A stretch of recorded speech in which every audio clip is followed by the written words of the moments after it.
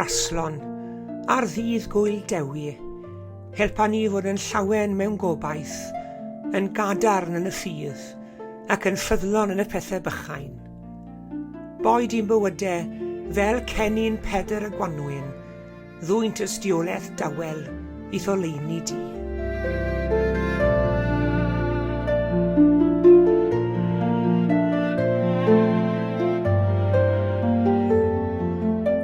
Bore da iawn i chi gyd a chroeso cynnes iawn i chi i roedfa ar y sul arbennig hwn, dydd Gwyl ein nawsant Dewi.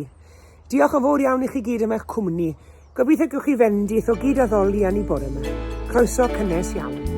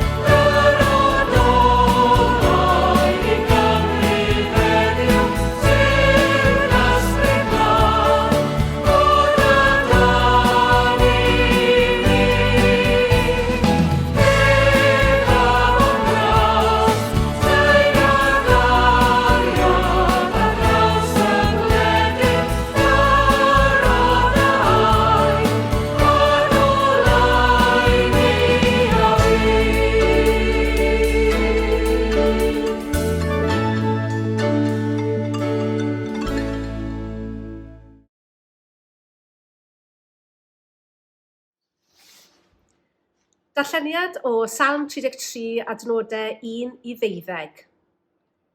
Chi rai cyfiawn, canwch yn llawen i'r arglwydd. Mae'n beth da i'r rhai sy'n byw'n gywir ei foli. Molwch yr arglwydd gyda'r delyn. Canwch iddo ar yr offeryn dectant. Canwch gân newydd iddo i gyfeiliant hyfryd a bwrlwm llawenydd. Achos mae beth mae'r arglwydd yn ei ddweud yn iawn, ac mae'r cwbl mae'n ei wneud yn gywir. Mae e'n caru beth sy'n deg ac yn gyfiawn, ac mae ei ofal ffyddlon i'w weld drwy'r byd i gyd. Dywedodd y gair a dyma'r awyr yn cael ei chreu. Anadlodd a daeth y sêr a'r planedau i fod. Mae e'n casglu dŵr y moroedd yn bentwr ac yn ei gadw yn ei stordau. Dylai'r byd i gyd barchu'r arglwydd. Dylai pob person byw ei ofni. Siaradodd a digwyddodd y peth. Rhoddodd orchymyn a dyna fi. Mae'r arglwydd yn drysu cynlluniau'r cenhedlodd ac yn rhwystro bwriadau pobloedd. Beth mae'r arglwydd yn ei fwriadu sy'n aros. Mae ei gynlluniau e'n para ar hyd y cenedlaethau. Mae'r genedl sydd ar arglwydd yn dduw iddi wedi bendithio'n fawr, sef y bobl hynny mae wedi dewis yn eiddo iddo'i hun.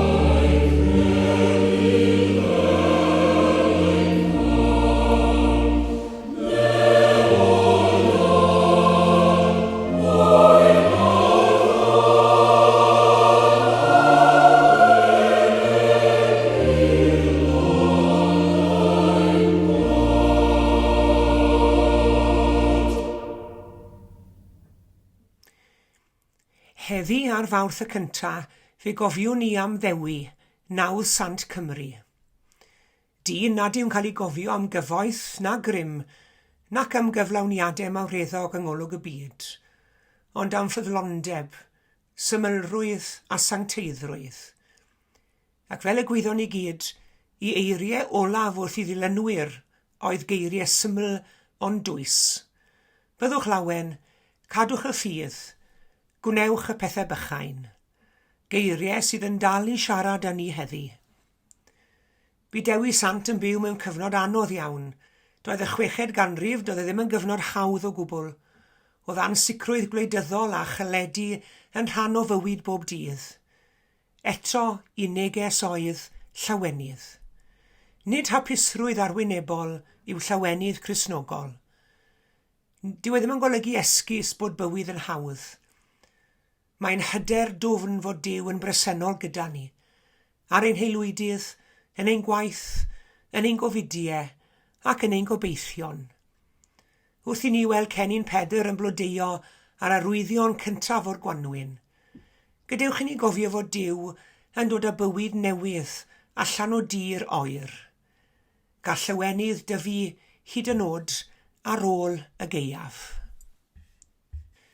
Sefydlodd Dewi Sant gymunedau mynachaidd, gan gynnwys yr hyn sydd heddi yn cael ei alw yn Tŷ Ddewi wrth gwrs. Roedd y cymunedau hyn yn byw'n syml. O'n nhw'n gweddïo'n ddyddiol, o'n nhw'n gweithio'n galed, o'n nhw'n ymddiried yn llwyr yn niw. Cadwch y ffydd, medde Dewi. Nid dim ond credu yn niw wedi cadw'r ffydd. Mae'n golygu aros yn gadarn pan fo ffydd yn timlo'n anodd yn bell i waith. Gweddio pan nad yw atebion yn amlwg. Ymddiried pan nad yw'r llwybr o'n blaen yn glir. Nid mewn eliadau mawr yn unig y profi'r ffydd. Fe brofir hefyd mewn ffyddlondeb bob dydd, mewn maddeiant, caredigrwydd, gweddi a dyfal barhad.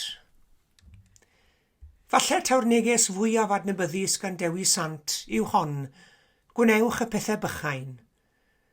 Mewn byd sydd yn dathlu mawredd, enwogrwydd a ryw spectacl mawr, mae hon yn neges y radical yn diwy. Yn aml mae teyrnas Dduw yn tyfu'n dawel. Ambell i air caredig, pryd o fwyd yn cael ei rannu, ymateb am y neddgar, gweddi dawel, llaw estyngedig i helpu. Siaradodd Iesu ei hun am hadau mwstart a gweithredoedd bach o gariad. Mae Dewi Sant yn ein hatgoffa ni nad yw unrhyw weithred o gariad yn ddi-nod yng ngolwg Duw. Mae'r genhinen yn syml, mae'r cennin Pedr yn fach eto, maen nhw wedi bod yn symbolau pwerus o hunaniaeth a ffydd. Mae'r pethau bychain yn bwysig. Wrth i ni ddathlu ein cenedl heddi, ei hiaith, ei diwylliant a'i threftadaeth, gadewch i ni hefyd ddathlu'r etifeddiaeth ysbrydol a dawodd Dewi Sant i ni. Yn ein cymunedau, gwneud y pethau bach sy'n adeiladu heddwch. Cadw'r ffydd mewn cyfnod lle mae'r ffydd yn ddigon bregus, a dewis llawenydd pan fo'r byd yn teimlo'n drwm. Oherwydd nid yw sancteiddrwydd fel arfer yn rhywbeth dramatig, ond mae'n rhywbeth tawel a chyson sydd yn digwydd o ddydd i ddydd.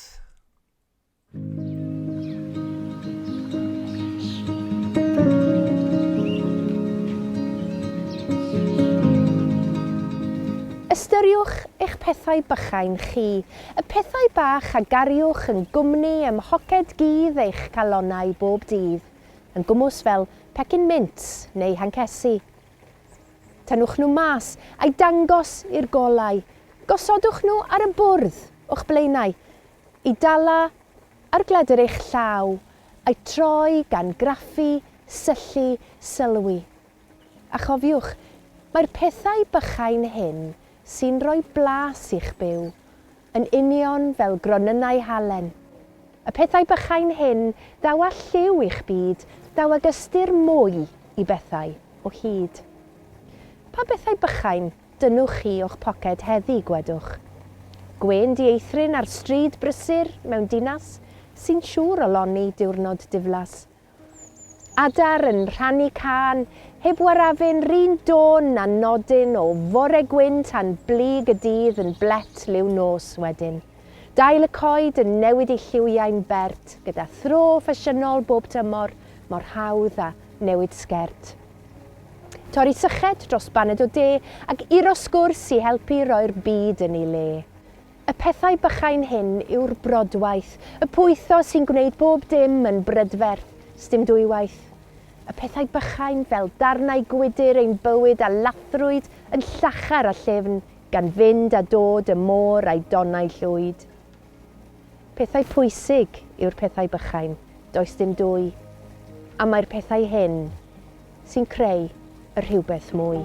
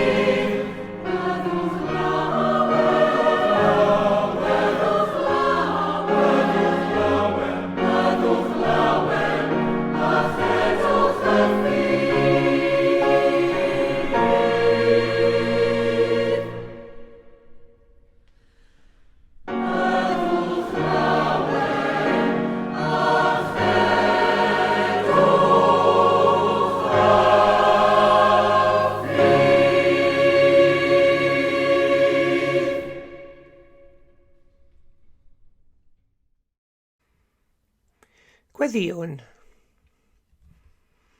Arglwydd ein Duw, fe greais ti holl genhedloedd y ddeiar a'i gosod i gyd fyw yn dy fyd.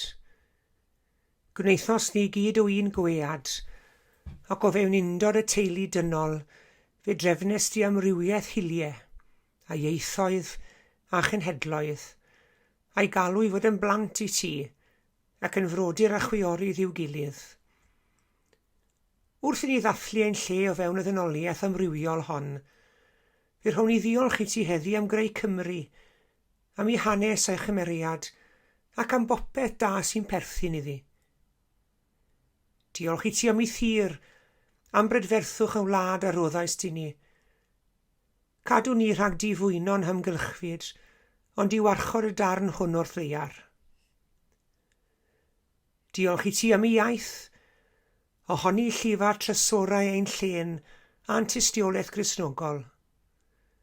Cadw ni rhag ei dibrisio a'i cholli, ond i'w chadw'n fyw ac yn bir ar wefusau ein plant.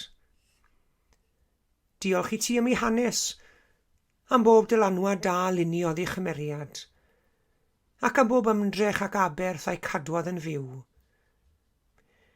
Cadw ni rhag canmol y gogoniant y fi, heb ymdrechu greu gwell y fori. Diolch i ti am ei nawddsant Dewi, ac am waith a chenhadaeth y seintiau cynnar, am ei fywyd o wasanaeth ac am ei esiampl loiw, ac am iddo sôn am Iesu wrth iddo deithio le, a bod yn gyfrwng trosglwyddo dy neges di i Gymru.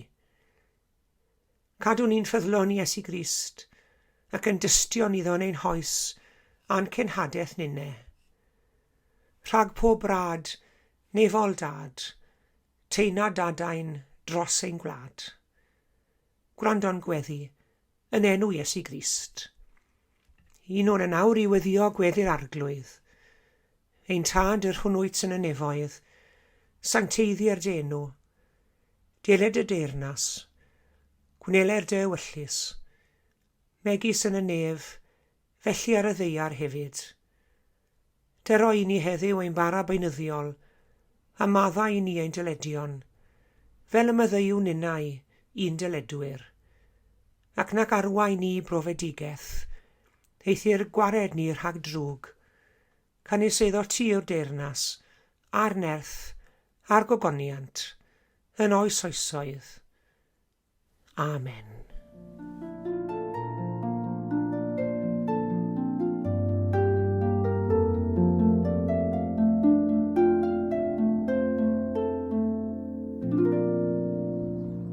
Diolch yn fawr iawn i chi gyd am eich cwmni. Diolch arbennig i Heledd ac Elin Wyn am gymryd rhan hefyd. Tan y Sul nesaf, o bendith i chi gyd ar ddydd Gwyl Dewi, cadwch yn ddiogel ac yn iach, a gras ein harglwydd Iesu Grist a chariad Duw a chymdeithas yr ysbryd glân, a fyddo gyda ni oll. Amen.